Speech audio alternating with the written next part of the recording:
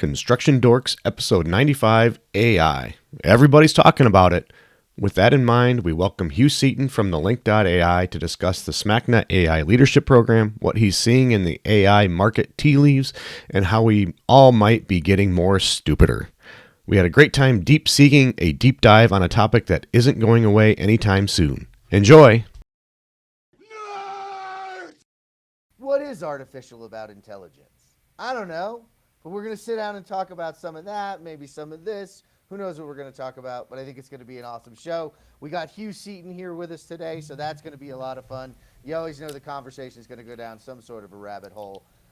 Before we dive in, Trent Lineback, the man in the top corner of at least my screen. What you got today? What you drinking, my man? The top corner. Which corner? Right or left? But, Left. I've got a triple dry hopped East Coast style IPA, Nice. Travis. One hop's not enough. That's right. Triple dry. And this one is called, you'll love the title, Hipster Juice Bag. There we go. The hipster juice bag. I might replace juice with a different word. Yeah, it rhymes though. I believe that's the pun. That's the Well, some of our listeners might be a little slow. I want to make sure we point that out. So yeah, it's the can art is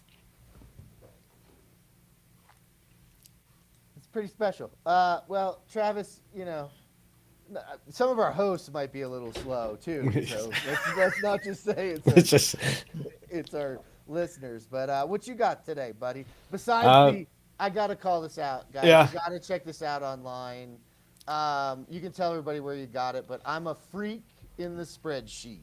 Yeah, this is a shirt. There was an exhibit at the Procore Groundbreak event. This is Premier Construction Software, so they're one of their partners. Nice. Honestly, I really don't even know what they do. I just was walking through the expo hall, and I'm like, I gotta have that shirt. So I've got the shirt. As far as what I'm drinking, I've got, and I'm almost accidentally, I guess, I was at the liquor store over the weekend, and I grabbed some TX, some Texas bourbon, and then Hugh's here. So There you go. There you go. It's a pretty good bourbon. So seen. Yes, that's right. That's what it's all about these days. That's what it's all about these days. Awesome. Well, all right, Jonathan Marsh, still strong, and by the way, looking good on the strong 75, Thanks, man. My friend. Yeah, so I'm on day 31, so today is a kombucha day for me. I'm just going to drink some kombucha, and it's actually the only fizzy drink I can drink, so I'm really happy to have it. That's awesome. That's awesome. Well, I will go with mine. I'm stealing from Travis here because I didn't feel like making it. He recently had the pre-made Knob Creek one, so this is a High West pre-made old-fashioned. And I've got a chaser of my favorite Celsius, just in case we're looking for sponsors. Celsius. We haven't Or done Lady LMNT. in a while. Or Element, yes. That's awesome. So, Hugh Seaton, what'd you bring with you today? I know you and John are riding the same. He's at least kombuchaing it, but I'm dieting for my hot girl summer, so I've got a Diet Coke. awesome, Diet Coke. Well, the listen, hot girl summer. I love it. It's good to have aspirations, Yeah. Yeah. Well, for those listening who don't know you, Hugh, give a little bit of an intro on who you are and what you're up to these days. Sure. So I have been, podcasting and webinaring and all that for a little while around various technologies in construction. I've been building stuff in AI since, I don't know, it was pretty cool back then too, but certainly about a decade. Worked at CSI for some time. I think the last time I was here, I was probably still there. Created a company that's taking a lot of my time right now, TheLink. We focus on making specs consumable, so it's a spec management platform. On top of that, we built some AI where there's some more stuff coming later in the year. But I, also have been taking some of that and some of that kind of, passion about where I think AI is going, and have been lucky enough to work with actually Travis at SMACNA. So helping them to think through and, really what is the role of AI going to be, and what are the role of workers, and how the two are going to kind of meet in a way that really makes the most of the human element, and we don't get ourselves caught behind the technological 8 ball. So lots going on. That's awesome. If you guys haven't checked it out, Constructed Futures is the podcast. You have another one going too, don't you? Well, we do the AI in construction webinars. So that's really, sometimes people are on, sometimes it's me because I'd never say no to a microphone. Just trying to bring the kind of understanding that's emerging and say, hey, here's what's going on with agents, or here's what's going on with a good way to prompt, or what's going on under the hood. It's not the bleeding edge of AI, it's the opposite actually. It's trying to help folks to just kind of talk at ground level in a human way, and try not to use acronyms that nobody knows what they mean. Because there's too much of that. People in AI, you wind up getting these hand-wavy conversations about the future and AGI and all this other stuff that it doesn't have anything to do with what people are doing day to day. So rather talk about what matters today. So Hugh, in all of that, like what's resonating with people? What's being echoed back to you, what you're putting out there? Because I think talking about AI, like you said, can be very confusing for people. So oftentimes, like what I'm listening for is, are you able to say back to me something that really makes me understand that you understand agents, or you understand what predictions you can expect from the data that you actually have? What are you looking for when you're sort of talking to somebody about the agents they want to do, or a project they might want to do in AI that you're really hoping they bring to the table on that first day? So there's a couple points in there. Let me start with what is resonating in what I'm saying. And what I find people resonate with is that I start with limits, that I start with the boundaries of what it can do. And I'll say things like AI isn't magic, it's just math. And it doesn't do this, but it does do that. So starting with a kind of a bit of humility, for lack of a better word, and not starting with the future's so bright, I've got to wear shades kind of thing. And I find that people are a little over it with the lofty predictions, because first of all, they never show up that way. And it always sounds like you're not listening to how real people do what they do. As opposed to saying, look, the practical reality is real adoption takes longer than everyone thinks. And to actually make a product is a lot harder than people think it is. One of the things I like to talk about is AI gives really good demos, because you can do cool stuff with ChatGPT in 5 minutes. But to turn that into a reliable product, you're back to making software again. You got to debug, you got to understand what the user's going to do. Inevitably, somebody who has no idea what you're doing is going to say things that you're like, oh my God, I didn't think of that. Like the best testers are people that have no idea about technology or about the technology you're using. I think the second half, we're still getting there in terms of what people kind of bring. People aren't bringing very much. And let me rephrase that. What I kind of heard from your question is, if someone's coming to me and saying, hey, I'd like to do X, Y, or Z, we don't get a lot of that yet. I think a lot of it right now is needing to say, yes, you've heard about what an agent is. I almost never hear people actually explaining what we mean by that. Like they skip over that and say it's gonna do this, but it tends to be very high level descriptions, instead of, hey, you're gonna wake up every morning and you're gonna have all of the emails that you flagged. There's gonna be a draft waiting for you. Like very tactical things, I think, are where people need to be talking right now, because the idea that an agent can be doing things off to the side while you're doing something else is kind of a new muscle for us, and I think it's going to take a while for the intuition to come. I'll give you an example. OpenAI's just talked about maybe for $20,000 a month, you can hire an agent. And everyone's head goes, well, that's an agent, like one. And it's like, no, you're not getting it. It's going to be able to replicate, and you'll have the equivalent of a million, not a million, but as many of them as you can give direction to, you're going to have. And that's a really weird way of thinking. You know what I mean? Like there's some intuitions about how all this works that we need to give people time to figure out, instead of just walking straight to that, if that makes sense. I think that I think I ended up in the same place. A lot of what I end up talking to people about is bringing them back, back to through machine learning, back to data mining, to say, what are we actually doing here? Especially since most of the AI they're talking about is indeterminate systems like ChatGPT and these others, where if the expectation is that you're going to get a determinate answer. We actually have tech that does that really well, have had it, like you said, you've been working a decade in it, trying to get people to really say, okay, listen, a neural network is perhaps not the only piece that you need when you're building out your solution. And I very much agree with you. Agents.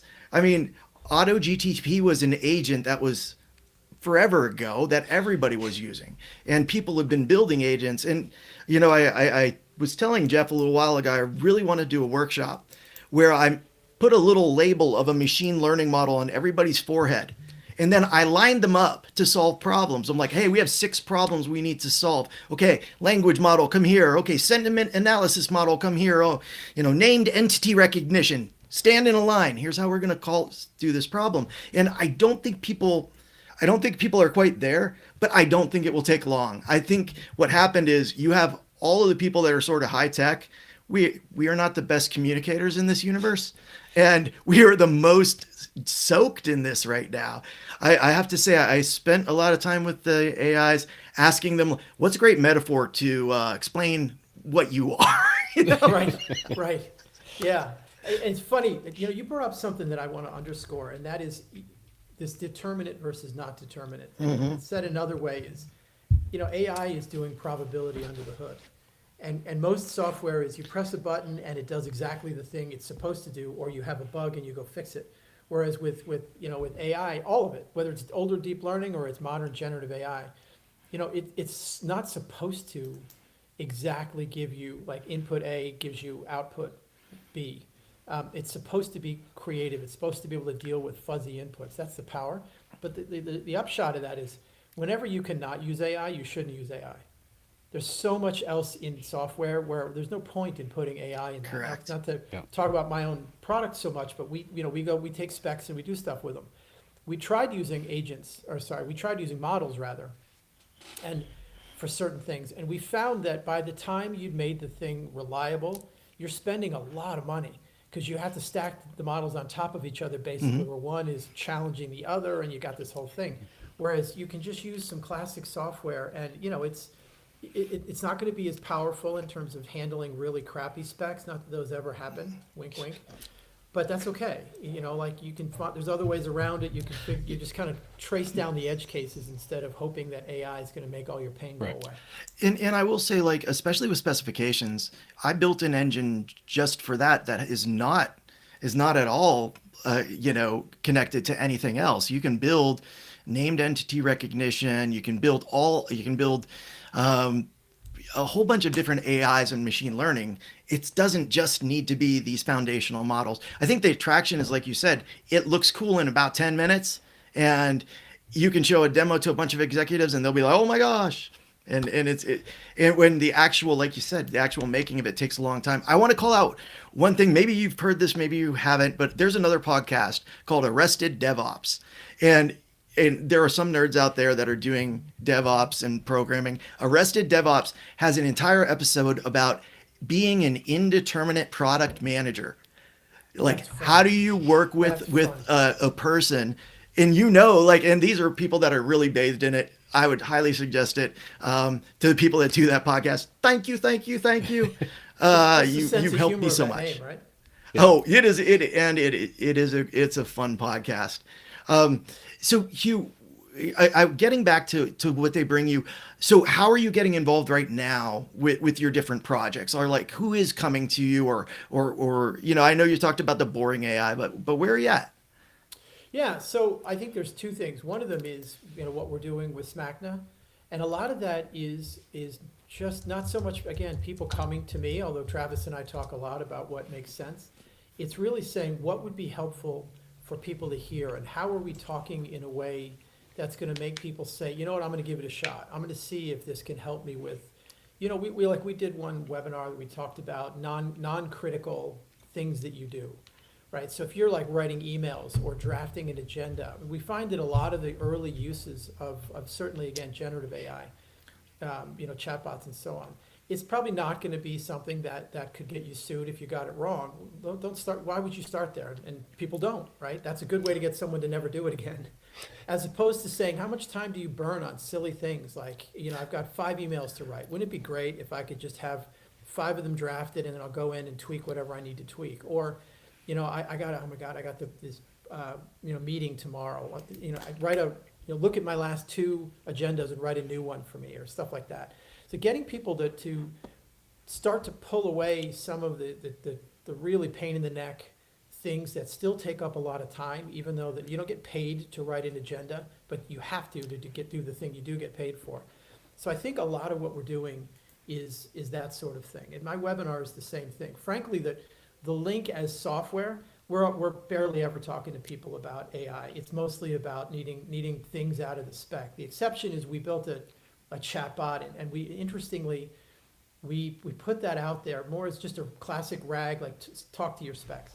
Yeah. We found that project teams didn't use it. That's who we built it for. We were like, oh yeah, you're out in the field. If you need something, you can find it. You don't have to guess. We're good. Who loved it was estimators, because they Yeah. constantly need little answers, and they're like boom, boom, boom. So that's interesting, and it's cool to just see where people find value and where they don't. That's honestly one of the coolest parts about construction is you're building things for people who are actively dealing with a slightly new situation every day. So the creativity is actually off the charts compared to other things that I've done.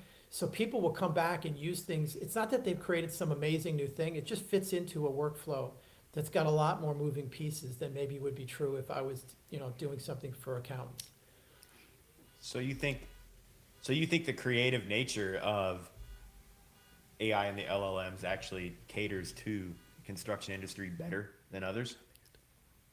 That's an excellent question. I think it has the potential to. I think the problem a little bit is the very thing that makes people that are in the field and that are project teams and so on, good at what they do, is how much complexity they're considering when they make a decision. And right now, that's really hard. It's hard to get all that complexity accounted for and fed into an AI, so that's already problem number one. And the second thing is, usually you want to make your problem smaller to make AI work, not make it bigger.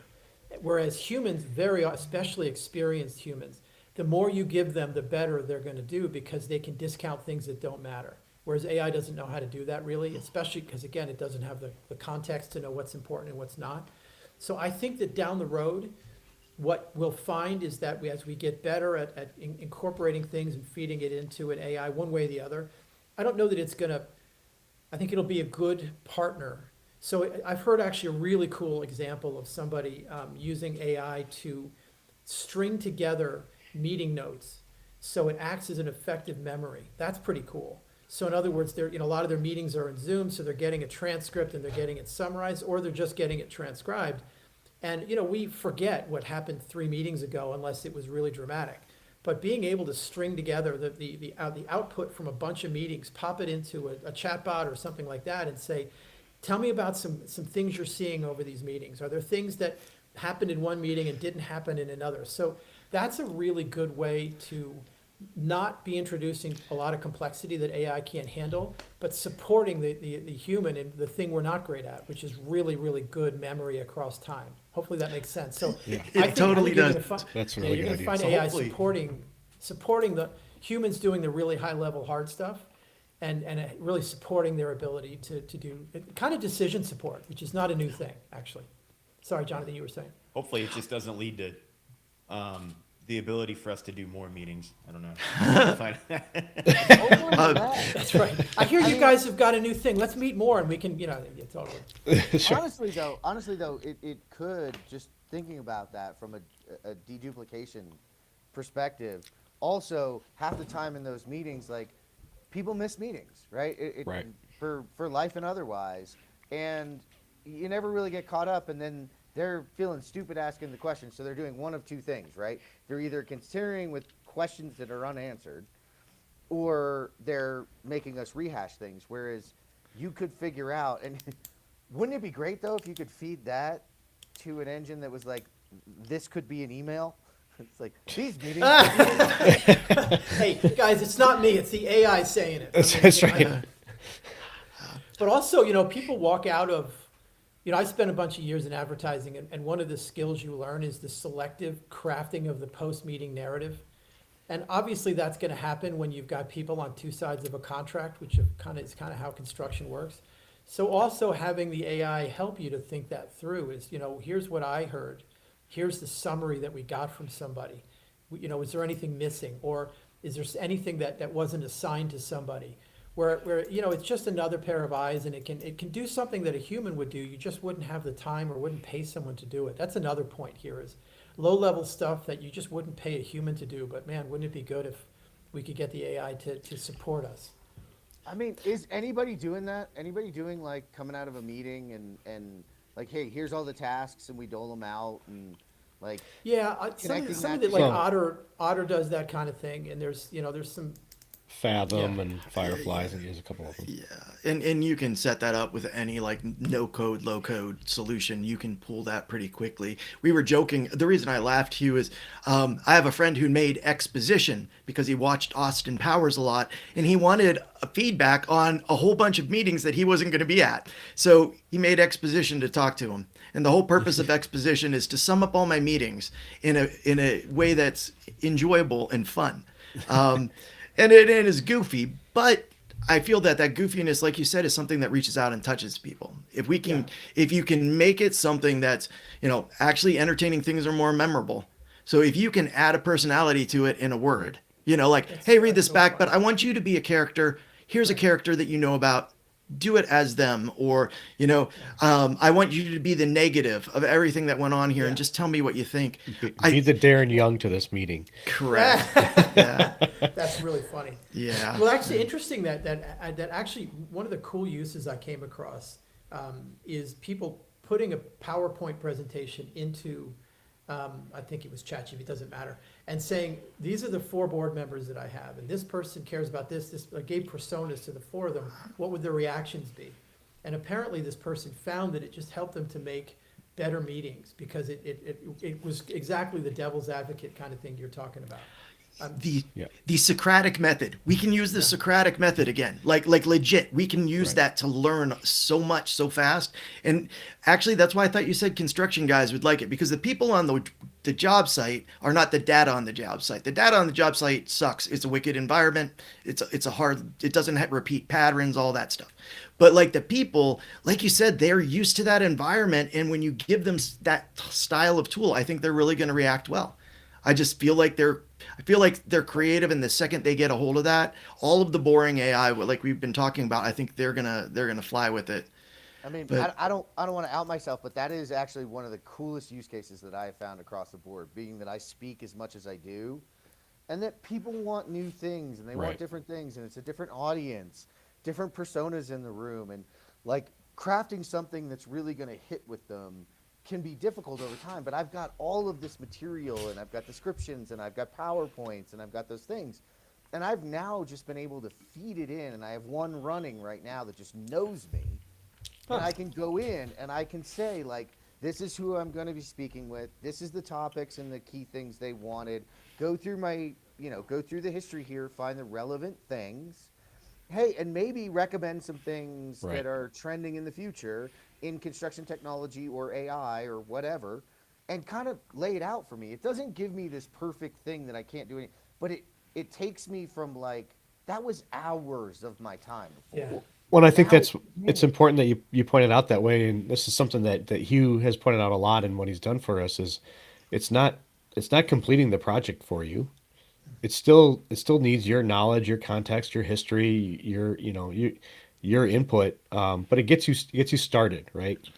And that's been to highlight a little bit what we're doing with the SMACNA program. We're about halfway through, I think, the engagement as we're going. We've done a series of webinars.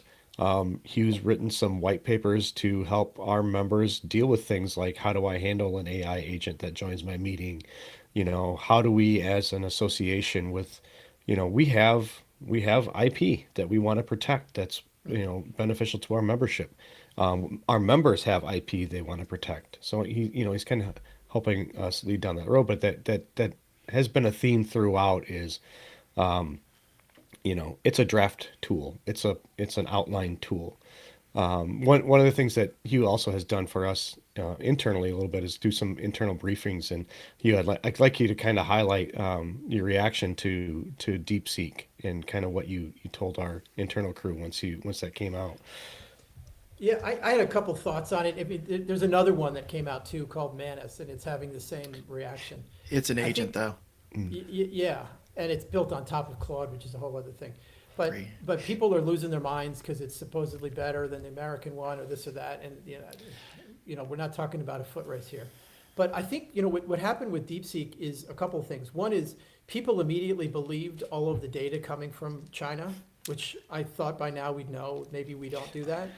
And I think the amount of money that Nvidia stock lost is more than like most stock markets.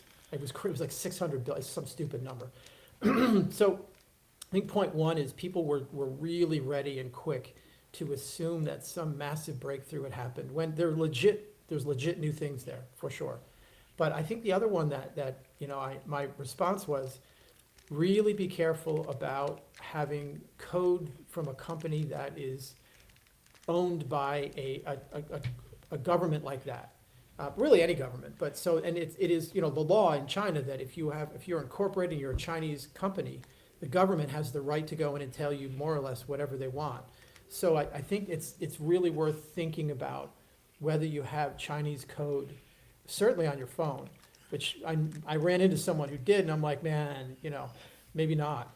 But so I'd be careful with that. And if there's any time when you're going to want to be careful, it's AI, because it's by definition working with data and working with information. So I'm a little leery of trying it out. There's enough great American models and Mistral from France if you feel like getting spicy and international. Like there's some good stuff that certainly, that's the big one overseas for now. So yeah, that was my big thing, is the 2 points is I think it made American companies and the industry think, oh my God, there's competent competition. They're not as far behind us as we thought. In fact, they're in not quite neck and neck, but in some ways they're neck and neck, and we don't know what else they're doing. So the two things that I think absolutely goosed the American, because if you look at what OpenAI has done since, it's like every third day they're announcing something, which they were doing a good job in December, but they really, and I think some people think anyway, they may have put GPT 4.5 out a little early. I don't know about that, but the point is, they've been announcing stuff quicker than they said they were gonna. So I think that having China as a pacing competitor is going to wind up making things move faster. I also think any talk of safety has absolutely been thrown out the window because it feels existential. It feels like the 50s in the nuclear arms race, not the 70s and the détente era. Like, oh my God, what'll happen? The other thing that's interesting in this, not to go to, somebody made a joke about, I think it was you, Jeff, about rabbit holes. I promise we won't go into this one too deeply. But the idea that if one country or company hits AGI before everyone else, the game is over, I think is foolish. I think first of all, it's a game of inches. There isn't a moment when you've hit the peak and nirvana has been reached. We don't even know what AGI even means. So I think that there's a little bit of a sense that there's a finish line in this, and that once that happens, you know what I mean? Like you're in the matrix all of a sudden, and that's absolutely not how technology works. If somebody created AI superintelligence tomorrow, it would be a model sitting on servers thinking deep thoughts. It wouldn't be, and it may or may not be connected to something, but it has no power yet, it has no adoption yet, it has no ability to screw things up. So it is not a nothing burger to say that our competition with China is meaningful, but it isn't quite as apocalyptic, I think, as people like to think it is. This is all happening right in front of us. It's happening faster than anything anyone's ever seen. But there is unlikely to be a moment when Skynet says, you know what, guys, you're the threat. Like, that's a Hollywood problem, and it's just that the world doesn't work like that, and technology doesn't work like that. And honestly, we have about 15 Skynets going against one another, and in that paradigm, there was only one, right? Right. There was That's a one really who figured it out. Good AI is going to, well, that's true for cybersecurity too, is Right. ultimately the thing that's going to stop you from getting screwed over Another by an AI agent is going to be another AI agent that can move that fast. Like, That's that's a it. really good point. It's Could an I- awesome point because the weapons are working for and against each other. I think one of the greatest things about, and I said this originally when AI came out, like the one thing I'm actually really hopeful for is, look, we live in a world where there are still certain people who believe that the earth is flat and believe a number More of than others. yesterday. I don't understand what you're saying. That's right. I don't And know. what's crazy is, John, it's more than 5 to 10 years ago. Believe it now. Yeah. And that's because of the ability of misinformation to circulate on the World Wide Web, because if it's out there, people will believe it. And let's be honest, con artists are incredibly persuasive and can write things and We make things that make you believe those things. we So I talked actually about this think, in a previous episode, Jeff, though, but this existed before oh, it's social always media and the existed. It's just a I mean, better tool. It's, people have been but I believe, manipulatable and gullible, and there have been yes, manipulators in the world since the beginning of time. it's a Right? human problem. However, are those times, at least they had to drag a cart that was filled with codeine, which was Yeah. actually full of heroin, to hand out, and they could only affect people Yeah, but that there their were just horse more and carts. cart. I mean, they More were. carts. But now we're at this global level of this ability, so it'll be really cool to see when AI can truly be able to combat misinformation in a way that makes sense. Because one of the other things is, currently we combat misinformation in a biased fashion, and that's not good. We I, we, I we think do people do need. that. I think people need to want that, because I'm not sure people want, like, if you go to some of the not to be named. I see where you're going, and I agree with you. I already know where this is going. Well, people like to, so, whether you're going to MSNBC or Fox News, let's just call them out a little bit. Yeah. People like to wallow in that. They want to, like, right now, one of the two cannot stop talking about Biden. You're like, dude, he won. We're done. Move on. But it's people want to wallow in the anger of that. And of course, the other side is doing the same thing about, I mean, like, we're here again. So it's interesting that your point, I totally agree, Jeff, that it'll be good when somebody takes, I think the AI we have now is technologically ready for it. Someone just has to think there's money in it and go do it. To start, and that's kind of what Ground News, you could imagine, is have and this that. may be the only podcast that isn't sponsored by Ground News, apparently. Oh, I have the app though. It's Yeah. good. But like, you could see them turning it into We're open to you it. know, an AI. Yeah, for sure. Can I point out something though? Like the problem with truth with the capital T is it usually has a lot of nuance. And Yeah. there you Yeah. can honestly not tell the truth in under so many pages in my mind. Like when you're trying to say something about something, you foreshorten it, and that is part of disinformation also. Like the longer you have to talk about that same idea, the closer you get to that capital T truth. So I wonder how AI, because AI likes to sum up, even if it is summing up and telling us what it believes to be the truth, if there's nuance, if there's tension to that, it's still going to be bad. So like philosophically, I'm not worried about that. By the way, I agree with almost everything you said, Hugh, about people overstressing on AI.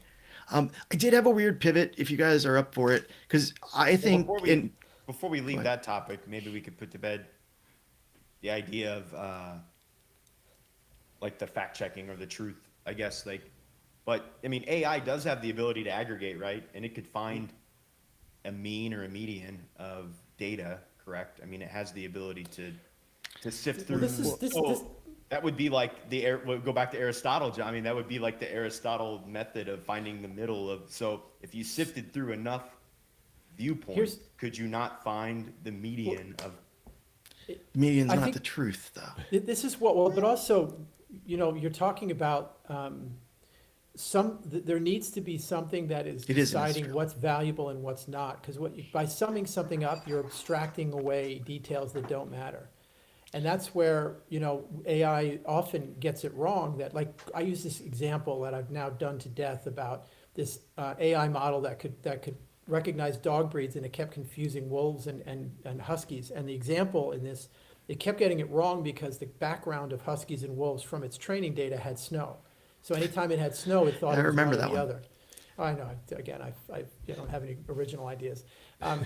But the point is, it didn't know what's important and what's not. So what'll come down to, we talk about AI as if it's an immutable thing, but it's going to be, did somebody train it on what to value and what not to value? You know what I mean? Like, this is one of the things we talk about with apprenticeships, is watching a senior person react and respond to things is one of the things that AI is never going to be able to help us with, because you're watching another human. But that's how you learn to be a good manager or a good whatever the thing is. is you watch somebody, and you learn what to value and what not to value. And that's going to be the trouble, is that, what is it chosen to abstract away? Yeah, because that's tied to your personality. But do you mind if I pivot? Pivot.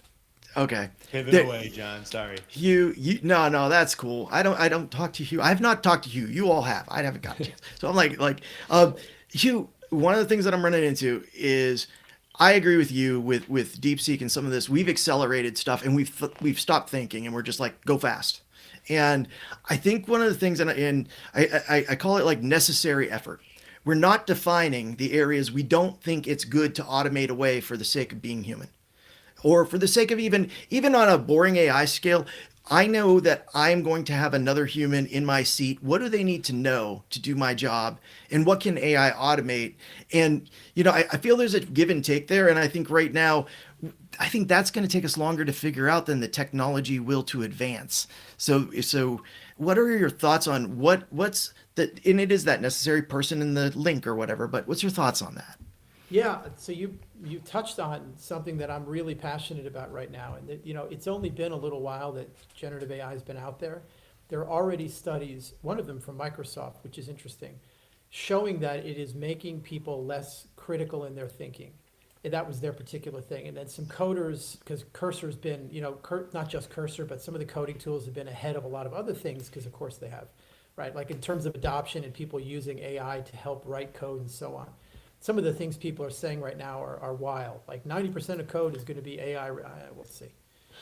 I've got some opinions about what level of the stack you're talking about. But for me, you talked about something really important, and that is what's the role of AI and how do we think about incorporating it in a way that's adding to quality, that's adding to productivity, that's adding to reducing risk and all that, without letting people start to count on it and then atrophy their own ability to think. Because some of this, especially when you're, when you've got a really strong experience and intuition, that stuff is pretty perishable. Like your judgments they stay sharp because you use them a lot. And our brains are actually apparently really good at offloading. So there's actually a term that neurologists use, or neuroscientists, not neurologists, called a cognitive miser. So it's this way that our brains will automatically use as little effort as possible to keep effort around for that tiger that might show up. You know what I mean? So I think that there's a real concern I have, not that AI per se is going to be good, bad, or indifferent. It's coming no matter what. It's that we need to be thinking, we as an industry, we as unions, we as associations, we as bosses, and also we as providers of software need to be thinking about how are we helping the people using this technology to stay sharp or grow in new ways, one or the other. And the cool thing about this wave of AI is it can do some of that for you. So if you say, I've got a knowledge base, and you, Mr. Agent, or Mr. Part of an Agent, or Mr. Co-Agent, whatever you want to call it, something in the mix is saying, keep an eye on what's being worked on. When you see things that are relevant to this knowledge base, send out a little message. Send out something that helps them to learn, and maybe put a one sentence quiz after to make sure they actually paid attention. But this idea of learning in the flow of work has been around for a while, and I think we have an opportunity to say, how are we incorporating that so that people, the automation that takes away the drudgery that would have grown our experience, you know what I mean? Like reading 10,000 Yep. pages of specs makes you know something. That's an incredibly inefficient way to learn stuff, but that's how people learned it in the past. What can we do to say, I want you to learn what you would have learned that way, but I'm going to make you think about it. The reason why that's inefficient is you're usually just gutting it out and getting through it instead of thinking about it. What we know about efficient learning is you thought about what just happened, and also you weren't overwhelmed. There's some learning theory in there. So I think that, look, no matter what, people aren't going to read specs, and again, I'm a little stuck on my topic, the way they used to, right? No one has time for that. No one's going to pay 80 grand a year for someone to read stuff when just software can do it. I think that it's up to us to say, this is only half of what you talked about, John, but it's something that I think we can do something about soonish. So How what do you're we- saying is AI is not going to take our jobs. It could actually make us better our jobs and challenge us to continue to do so. That's right, and I think it takes the boss to say, I need you to answer the question.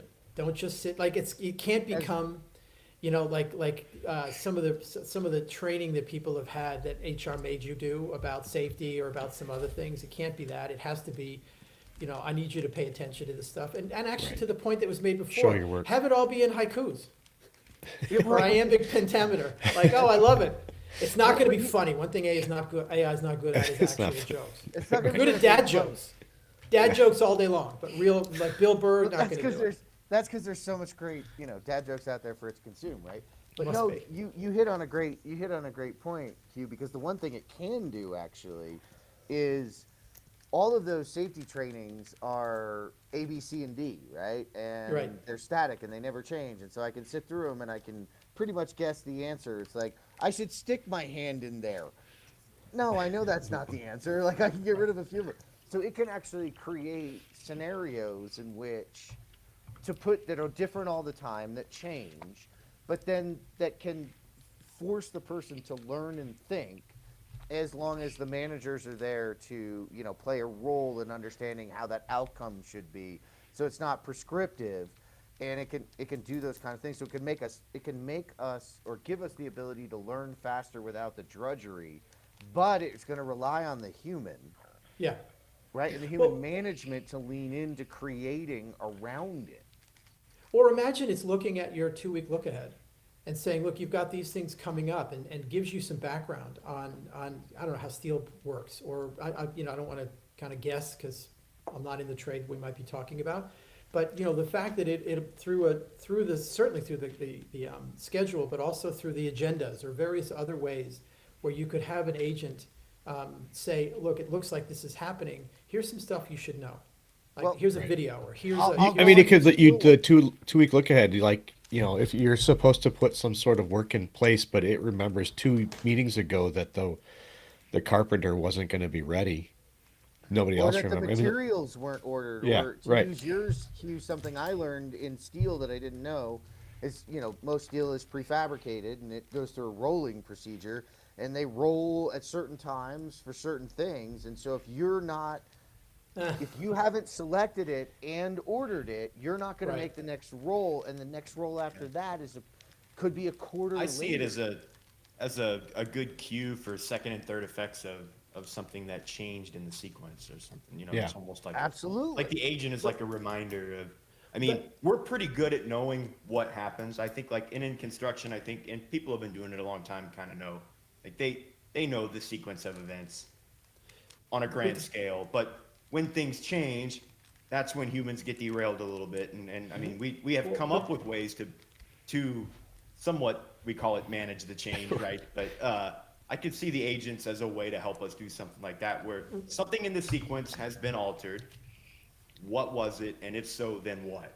That's kind of the Well, but what where I I'm see getting it. at is a little closer to what Jeff was saying, in that if it tells you, if you miss this one, you're gonna have to wait 3 months or whatever it is, it isn't just that it's helped you do your job a little bit, it's also taught you something about how the industry works. And that's what I'm getting at, is uh, you learn a lot better if I tell you something right before or right after it's relevant. Because then I tie it to relevance. One of the problems with safety and all these other trainings very often is you're sitting down for an hour when you're in a safe room, and it's all in your mind, and you may think about it, or maybe you're thinking, I got it. I got to go get bread on the way home, and then I got to pick up my daughter. You know what I mean? As opposed to, I'm about to walk out on the job site and see these 5 things, whatever it is, and it told you about them. So it's in your mind, it's fresh in your mind as you're experiencing it. We know that's a better way to learn. And frankly, that's what, again, the whole point of being an apprentice with a mentor is I, that I, someone's telling you right as it's happening, so you can apply that learning, and then it really works.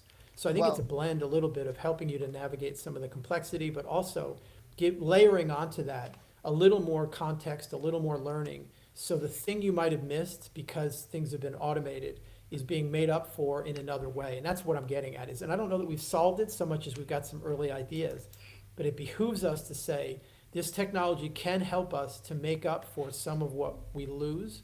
yeah. And it's going to be on people like you guys and me and everyone else to say, we demand that. We're not going to just sit here and let our teams and our people erode. We're going to demand that solutions have this sort of thing in them.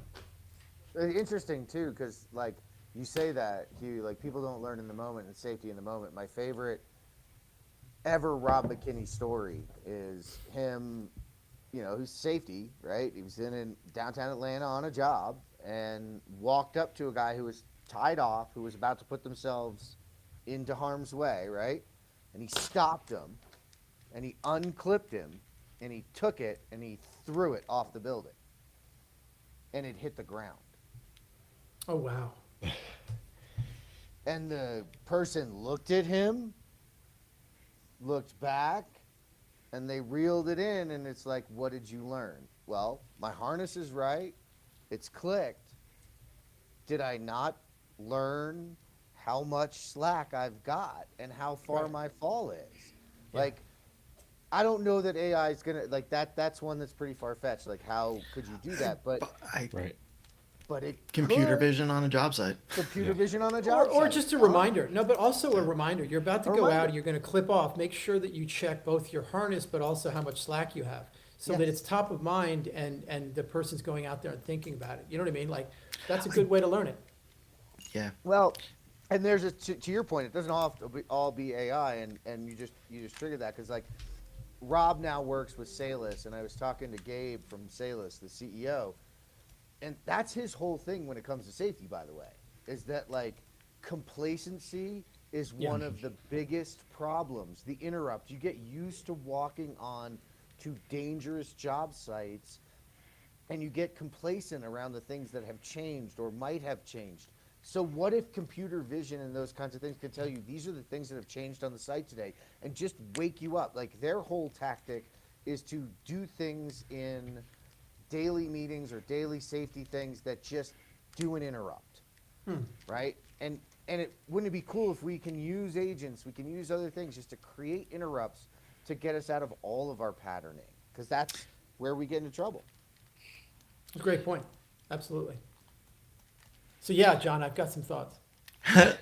The only thing I would say on the learning, because I do think it's important, is learning's one of those complex things. Because what you can do is accidentally create a Pavlovian response when you tell somebody something too many times, and what they do is they actually respond to what you're saying, but they don't respond at all when you don't say it. And we have to be conscious of that. Like we are putting in something that when we remove it, are we increasing, or like a lot of the stuff you said, Hugh, I think makes people more anti-fragile. I think it like makes them better for sure. But I think the one of my concerns is it's the easy button. We're applying it really roundly to a lot of different disciplines, and the people that are applying it are people like me and you and everybody else. We're all engineers. We're all pretty monoculture. We're not overly educated in a huge range of things. So I do worry about like, hey, if I tell you to look down every time you get on a bridge, and then I don't, do you not look down? And there's times when that you'll definitely look down because you've been trained to look down, and you don't, when you pull away the reward, it doesn't matter, or the indicator. And there's times when it's the opposite. You know what I mean? I do, and I think that's instructional design, which thankfully there's folks out there that know about that. You know what I mean? Like you bring up an excellent point, and it just means that it isn't an easy button. In that there isn't going to be just okay, we've got that done. It's Yeah. gonna require people, and that's the second thing you brought up, which I think is really interesting, and that is how are we thinking about processes when you've got a non-human thinker that doesn't think like a human, but can do some of the stuff a human can, but screws up in ways that we can't always predict. And then this whole non-deterministic thing, which is also really hard for us to get our heads around, even though we're non-deterministic. You know what I mean? Like, that's going to take some time to think about. And I think that that's probably going to slow some adoption. And this is why I think in the short run, we're going to find that it's non-critical things that we use, or non-mission critical. I think a lot of people are going to be tripped up by the statement you made about hiring an agent for 20 grand. Like everybody's going to think they're hiring one agent, Yeah. but it's it's really kind of limitless. But that's okay. That's I think that's an adoption problem. I think it's just so early. When people heard the 20 grand, like everyone was puking on it, and it's like, oh, he can't make his numbers work because they can't. They're losing money on everything. But I think that's okay. I think there'll be a small number of people that buy the Apple Vision thing. It's gonna be a You must small know the number of construction people. world, it always losing money, right? Yeah, that's right. R&D. They'll That's fit why right it's in. called They'll fit right R&D. in. But All right, but so- honestly, I think to your point, Travis, is that there'll be some people that use it, and other people that there's another one probably for $2 grand. So I think you Right. just find people get used to the idea. None of us have an intuition for what it's really like to have agents doing like 5 or 6 things for us while we're doing something else. Like, that's a weird way of thinking. Most software, you kind of need to be in front of it. So the fact that they're going to run off and do stuff, or even do stuff automatically overnight, and you come in and it's checked all your documents against each other or whatever. Right. Well, I like, always that's think of going to it. take some intuition, some learning. I think of it like when John talks about when you hire a software or when you buy software, you're hiring it like a person, right? So it is hard for some people to think about I'm hiring a project admin and I get 1,000 of them Yeah, at yeah, the that's right. same price. That's right. And pricing, we still haven't figured out. This idea, Yeah. that's the other thing that I think OpenAI is going to struggle with. Think about them specifically, is they're not doing a per sip or per use. They're doing a flat fee, and I don't think that works. In fact, there's been some really good thinking about SaaS versus agents. And I think at least until you have your own model somewhere, it's going to be really hard to have flat fees and make the numbers work. All right, I want to pivot you because we're getting close to that time, and we haven't talked about hype. Hype. So, yeah, where are we on the AI, so to speak, AI? Because it's pretty crazy because there's lots of AI. It's been around for a long time. It's all in its different phases. But where are we in the AI hype? Like, where's the hype bother you, and where do you think people should what I love is for our listeners is like, when should your ears perk up? Yeah. And be like, yeah, you probably have a bridge to sell me here. So that's a great thing, and I was thinking of this because it kind of came up earlier. There's a problem with people that can't pivot from talking to their investors to talking to their customers. Because you're telling your investors something that by definition is 5 years or 2 years out, and it tends to be a lot broader and the promises are a lot bigger. So the thing that should perk you up is when there's no caveats and they're saying it can do a lot. What I think people should be looking for is solutions that are tied to workflows, not solutions that are general. Because you're not hiring a person and it's not that flexible and it's not going to learn the way a human would and all that. Thinking about AI in terms of specifics of what you're going to do, and it's generally the case that the narrower you can make the problem, the more likely it's going to succeed and be reliable. So when people are running around saying, I've got an agent that can get all your data or all your information or all that stuff, it's usually an overpromise, or when you're actually using it, they say, well, actually, you need to do this to prep your data. Like, there's a lot of caveats that are not being discussed. It's just really, really hard to be able to make a broad claim about anything relating to construction documents, because as everybody knows, they're all over the map, even within one company, even within one project. Because again, coming back to my where I'm comfortable, within one project spec, different people contribute. So even in that one document, the MEP specs are going to be here, and the architectural specs are going to be nice, but you know what I mean? And then who knows about the earth and all the rest of it. So my point in saying that is, unless there's a lot of work done to organize and index and make it so that it's reliable, I think there's a bit of overclaim going on. So that's what I think. I think it makes sense for people to say, talk to me about these 3 workflows, and let's make that really work. Instead of, it's going to be right next to you and answer every question anytime you need it. I think that's an overpromise, and it makes for good conference conversations. But I think in practice, we're so used to really competent people in project teams that when the AI, I expect it to behave like, a second year project engineer would, and it's not that flexible and broad. People get pissed.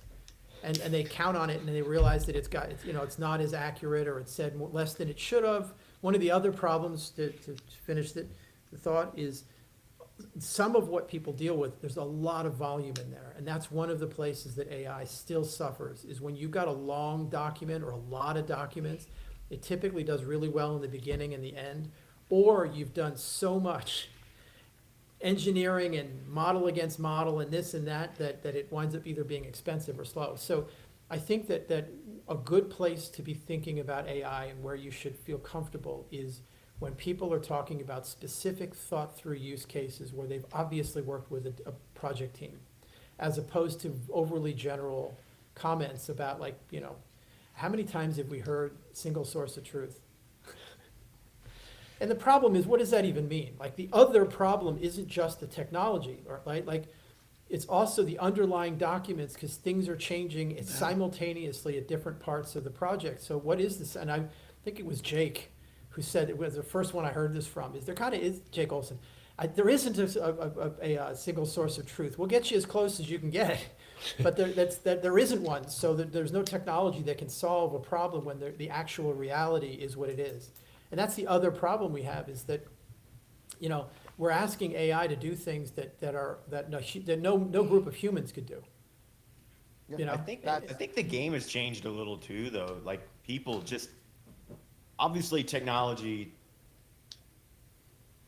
has advanced a lot over our lifetimes, and it's exponentially increasing, right? But humans and the way I think the way humans look at it and interact with it have changed too. And there's a level of skepticism that doesn't exist anymore that there used to be. And I think people are more forward thinking. So yes, technology has accelerated over the years, but so has, as we've become used to it, so has like the anticipation that people have at what's coming next. And I think that's catching us at a weird spot because things advance, but our minds are also looking further out. And so, Great point. Hugh, you know, when these things do get a little investor speak more than customers, I think people fall for it more today. Like, I think that level of skepticism doesn't exist the way it used to. And I think the public is a little more gullible to some of that. And I think AI is catching people in that loop a little bit. Yeah. That's just my little think hypothesis, you know, some of my late night thoughts. I also think that for the first time ever, we've got an articulate technology. That's never happened before. Right. And we get fooled by the fact that all of the things that we think imply incompetence, it doesn't do. It doesn't misspell, it doesn't, you know what I mean? It doesn't have bad formatting. You think about how voice and how computer like outputs have looked over the years. Now it writes like somebody who's, you know, strunk and white, you know, like, so we think, my God, it must be right. It's that But- articulate. I think you pointed out to it that like it's a different technology, right? Most of the people that are coming up right now through the industry are I have a device or I have a software, A equals B or A gives me B. I just trust it, and now it's articulate. So there's no skepticism that's built into that. That's right. Well, and I That's think right. you're right, Trent. I mean, to Trent's point, I think he's kind of right there in that, like, some of the reason we are where we are because we're, you know, believing some of this is because some of the stuff that's come out has blown our minds. Like, it really, if you think 5 years ago, just having a conversation, I think using that's the why tool we the have way changed. we use it, Yeah. Yeah, you're right. is because we've had our expectations beaten, and so Yeah. that's pretty cool. But with that, we need to keep healthy. We need to be healthy around our limitations and understanding what it can and cannot do, and what we want it to do, and prescribing what we want it to do. Because you're right, we're gonna see. I mean, this is not the end of the sales and VC speak. We're gonna have to remain really grounded as we go through it, but it's also gonna change in ways we didn't see. So, Yes. all And right, we don't know what it's going to be bad at. That's the Right. thing. Yeah, well, we got to be careful. I should be forward, but there's a healthy level of skepticism that people Yeah. need to have too. Well, And if I can put a fine point on that, it's what we talked about earlier, the difference between a demo and production. And for the first time, everyday users have to be skeptical of the difference between a demo and actually putting it in practice, which frankly, that's why everybody pilots software, you know, for 20 years.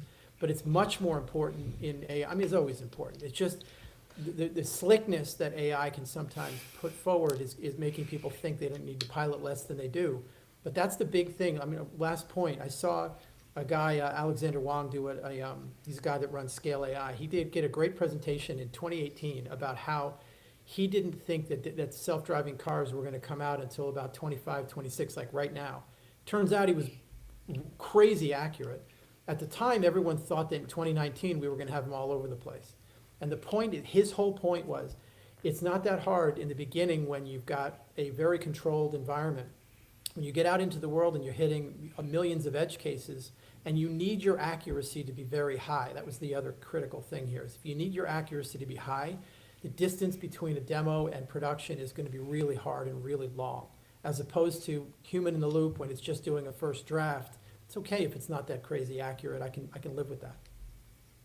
That's awesome, guys. Unless Building anybody software has is hard. Let's pressing- just end it with that. Yeah. let's end it with that. right, Building that's it right. and Yeah. getting from demo to production to enterprise is still, and in fact, as you're saying, Hugh, it's actually probably a longer tail than we had before, because it was, to Travis's point, it was A equals B, right? We could test A equals B, and we were good, and we could get to production, we could scale that. Now we can't. So, listen, man, tell people where to go learn a little bit more about you, follow up with you, because this was awesome. This is exactly what we wanted. Well, thanks, man. So yeah, I'm every month doing, actually more than that now, doing webinars. You're usually going to see that on LinkedIn, but LinkedIn's the best place to find me. And of course, my TheLink.AI, but I'm on LinkedIn an unhealthy amount, so definitely can reach me there. That's Is awesome. it the real Hugh on LinkedIn, or is it? It really is. It really is. I show up for you guys. There you go. This is the real Hugh. That's right. Really brought to us from Texas. There you Thank go. you for joining us. Thanks for man. having me, guys. Thanks everybody for tuning in to episode 95. What is artificial about intelligence? Maybe you know now.